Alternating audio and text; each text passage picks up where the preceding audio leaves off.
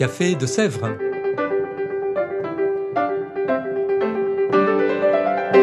Au Café de Sèvres, on discute philosophie et théologie.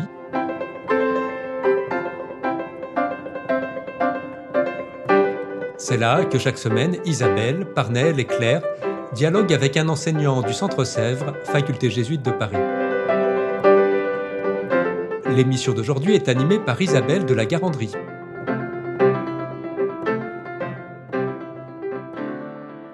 Chères auditrices, chers auditeurs, bonjour, bienvenue dans ce nouvel épisode du Café de Sèvres. Nous recevons aujourd'hui Patrick Pouchel. Patrick, bonjour. Bonjour. Patrick, vous êtes laïc, marié, père de 4 enfants. Vous êtes docteur en théologie et vous enseignez ici l'exégèse biblique. Si nous vous recevons aujourd'hui, c'est parce que vous donnez ce semestre un séminaire intitulé, d'après l'expression populaire, « Après nous, le déluge ». Alors, qu'est-ce qui vous a donné l'idée de ce cours assez original ? Merci Isabelle, déjà merci de m'avoir invité pour ce podcast. Le déluge, ça fait quelque temps que je l'ai un peu en tête. Disons que c'est une histoire, ça, on pourrait presque le qualifier aussi de mythe, on en reparlera sans doute, un mythe fondateur, mais qui a aussi des résonances dans l'actualité, d'une part, et puis d'autre part, qui rejoint également des thèmes de recherche que je mène dans le judaïsme de l'époque grecque, où ce mythe va être réinterprété et revisité. Alors, le déluge, vu de loin, comme vous le disiez, mythe fondateur, c'est vrai qu'on a l'impression d'un épisode mythique qu'on trouve en général abondamment illustré dans les Bibles pour enfants, notamment. Alors, pourquoi l'étudier dans un cours d'exégèse ? Ça peut quand même être un petit peu surprenant. Alors, pas vraiment. Déjà, c'est un thème qui parle à tous les étudiants, et tout le monde connaît les déluges, alors que d'autres histoires bibliques sont moins connues et donc, du coup, sont peut-être moins intéressantes pour les étudiants, d'une part. Et puis, d'autre part, c'est aussi un beau texte qui permet de faire entrer les étudiants dans les différentes méthodes d'analyse. Voilà, on peut se demander qui a écrit ce texte, mais on peut aussi se demander comment le déluge est-il raconté, quelle est la place de Noé, etc. Et puis, on peut se demander, au fond, comment moi je le ressens, que je sois un prêtre, un homme, un laïc, ou une femme, ou quelqu'un d'origine africaine, ou quelqu'un qui serait sensible à l'écologie. Voilà. Donc, c'est trois, l'histoire, le texte et la réception, trois différentes méthodes qui permettent vraiment d'introduire les étudiants dans la richesse de l'exégèse biblique. Donc, un texte riche pour travailler des méthodes aussi. Alors, on sait que d'autres récits des origines comportent également un épisode diluvien. Qu'est-ce qui rassemble ou au contraire différencie le texte biblique de ces autres épisodes diluviens de textes divers et variés ? Oui, il y a beaucoup de mythes dans les différentes civilisations qui parlent d'un déluge. Et ici, disons que l'histoire biblique est manifestement influencée par les mythes de Mésopotamie. C'est actuellement entre les deux fleuves, le Tigre et l'Euphrate, actuellement l'Irak et l'Iran. Et donc, il y avait une grande civilisation là-bas, les Assyriens, les Babyloniens. Et ils ont parlé du mythe du déluge. Et la Bible s'en est manifestement inspirée, puisqu'elle reprend des détails même textuels, comme la question de l'oiseau, par exemple, qui se retrouve dans les deux sources. Alors, là où le déluge mésopotamien est assez cynique, parce qu'au fond, les dieux, qui sont plusieurs, n'aiment pas les humains, parce qu'ils font trop de bruit, il y en a trop, ils se multiplient trop vite. Et donc, la cause du déluge est vraiment, on pourrait presque qualifier ça de génocide ou d'humanocide. Hein. Les dieux en ont marre des hommes et veulent les éradiquer de la terre. Et un des dieux, finalement, dit c'est pas tout à fait normal, il faut quand même en sauver un. Et bien, dans la Bible, c'est complètement renversé cette histoire, puisque d'abord, il n'y a pas plusieurs dieux, il n'y en a qu'un seul. Et puis, Dieu, s'il n'est pas content, c'est pas qu'il ne soit pas content après l'homme, mais c'est qu'il n'est pas content après la violence. Et c'est la violence qu'il essaye de détruire. Donc, la Bible, au fond, relie l'histoire mésopotamienne. Probablement, elle y croit, hein, parce que c'était un peu les choses de l'époque. Le problème n'est pas vraiment là. Mais elle le renverse complètement. Et là où c'était une malédiction qu'il y ait beaucoup d'hommes et qu'ils fassent beaucoup de bruit et qu'ils se multiplient, eh bien, la Bible dit non, c'est une bénédiction. La seule chose qui est une malédiction, c'est la violence qui anime l'humanité. Oui, finalement, il y a la bénédiction initiale de la Genèse n'est pas nier le fait de croître et de se multiplier dans le déluge biblique. Non, au contraire. Alors, justement, vous venez un petit peu de le mettre en perspective avec les autres déluges mésopotamiens, mais comment cet épisode est-il plus particulièrement composé dans la Bible? Est-ce qu'on peut le relire avec l'archéologie, le relier avec d'autres sources? Enfin, quelle composition plus précise?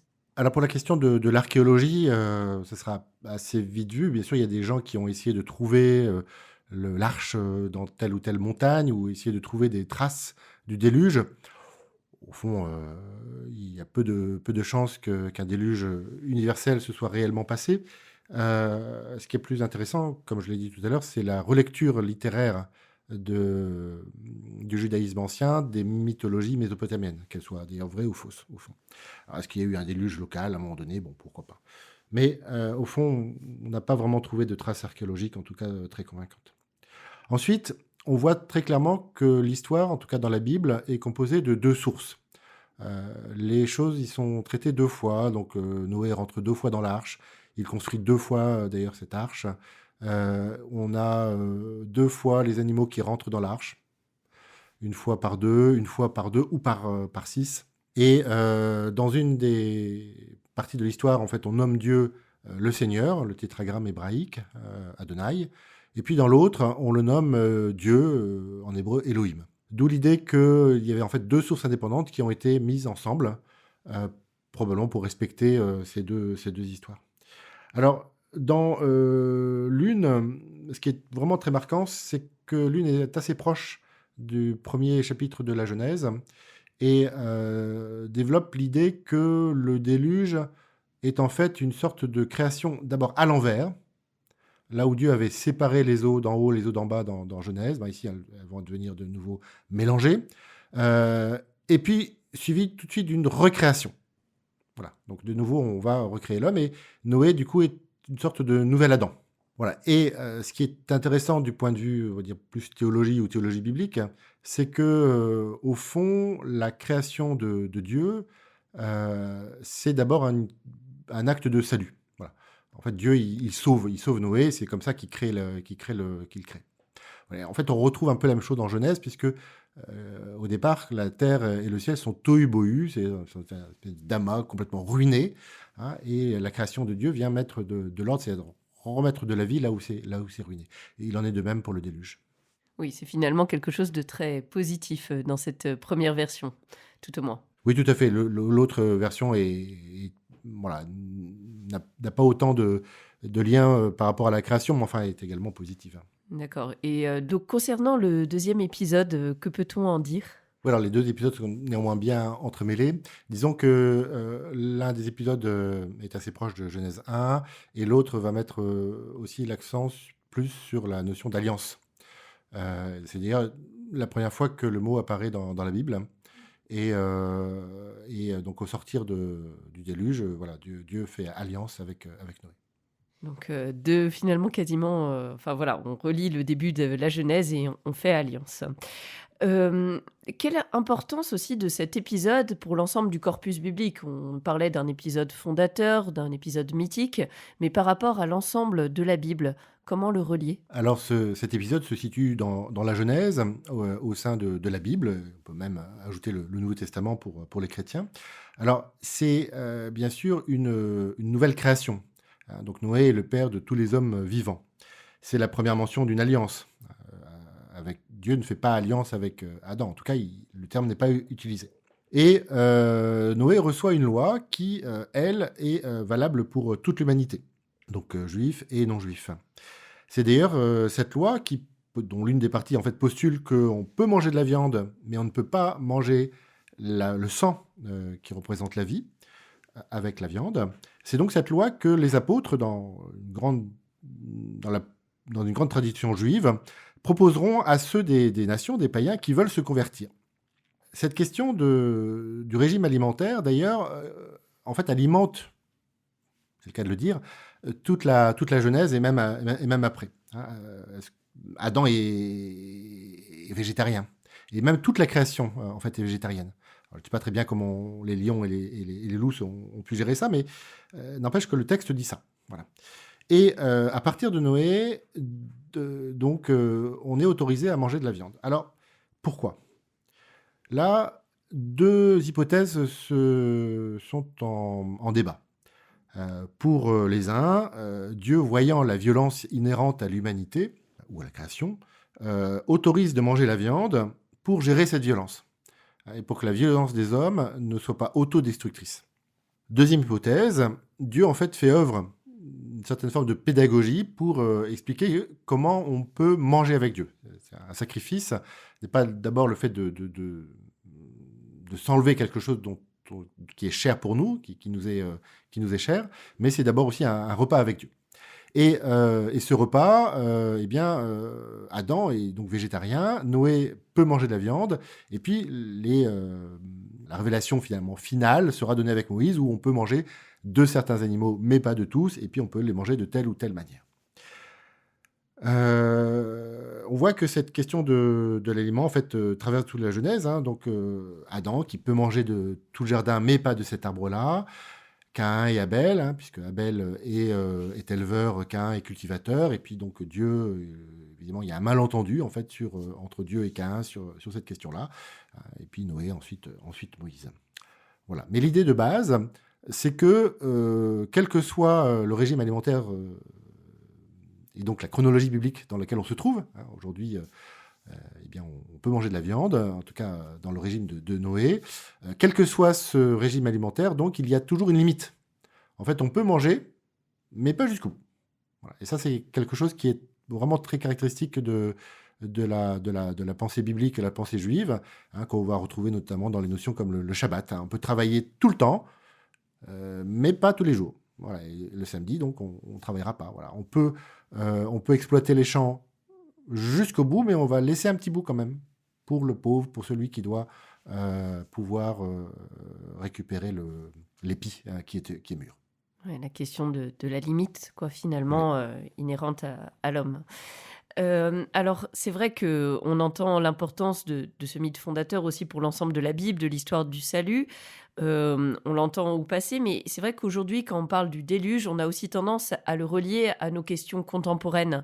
Et notamment, le déluge évoqué a tendance à nous faire penser aux cataclysmes écologiques et climatiques actuels. Alors, comment relier tout cela? Oui, alors, assez vite, je reprends un peu l'histoire, parce que voilà, on ne naît pas de la pluie d'hier. Hein. Assez vite, le judaïsme antique, et puis aussi le christianisme ensuite, ont relu cette histoire en tant qu'anticipation du jugement dernier qui aurait lieu. Alors, on trouve un exemple assez clair dans le livre qu'on appelle le livre d'Enoch, ou l'Apocalypse d'Enoch, où Enoch, qui est l'aïeul de Noé, en fait, est monté aux cieux, puis ensuite il redescend pour expliquer ce qui va se passer. Mais en fait, le lecteur n'est pas très dupe, même si ce récit se situe dans le passé du lecteur que nous sommes, il parle de quelque chose dans le futur. Hein. Il se situe imaginativement dans le passé du déluge, pour dire, attention, voilà, ce qui va se passer, c'est qu'à la fin, il va y avoir un cataclysme gigantesque, et puis Dieu va juger sa création.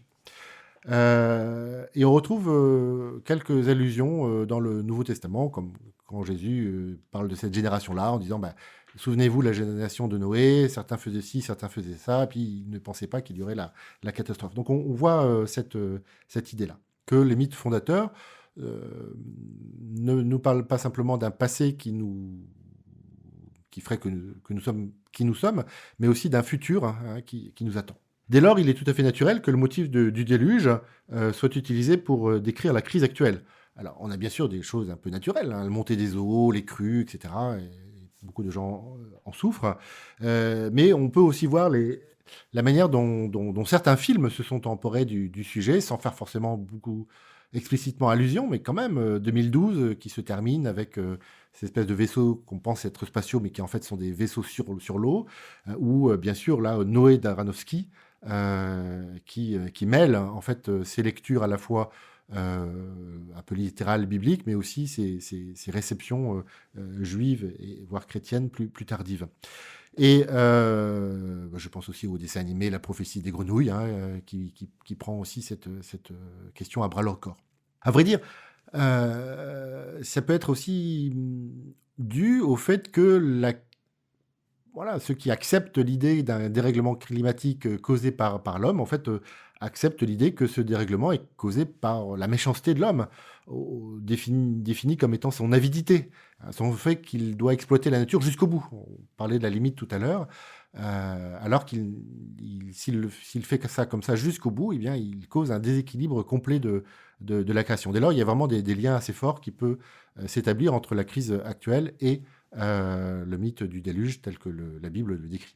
Une invitation à le relire pour nous aujourd'hui, finalement. Tout à fait. Alors, nous approchons de la fin de ce podcast. Patrick Pouchel, auriez-vous un mot de la fin pour nos auditrices et auditeurs ? Oui, alors, je pense qu'on vit dans un monde où l'anxiété écologique est assez forte et à raison. En même temps, le message du déluge est un message qui est paradoxalement d'espérance. On peut dire, au fond, pourquoi Dieu démolit sa création ? En fait, je pense que sa création, elle se démolit un petit peu toute seule. Et Dieu, en fait, si Dieu est un Dieu qui, en même temps, peut sauver et créer, eh bien, nous pouvons être sereins. Le déluge qui s'annonce sera donc suivi par une nouvelle création. Voilà. Enfin, après, il ne faut pas non plus être béat, parce que Noé, il s'est retroussé les manches, et ça ne veut pas dire qu'il ne faut pas se bouger un peu pour construire l'arche, et sauver ce qui doit l'être. Merci beaucoup de ce message, Patrick Pouchel. Eh bien, merci pour ce podcast. Et quant à nous, chères auditrices, chers auditeurs, je vous retrouve bientôt pour un nouvel épisode du Café de Sèvres. Au revoir.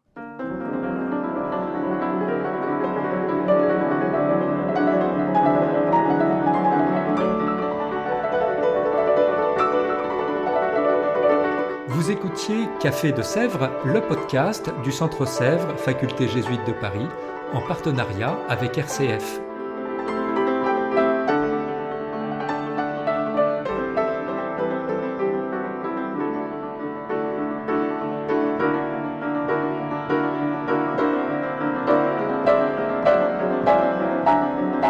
Pour ne rater aucun épisode, abonnez-vous sur votre application préférée. Spotify, Deezer, Apple Podcast ou Google Podcast.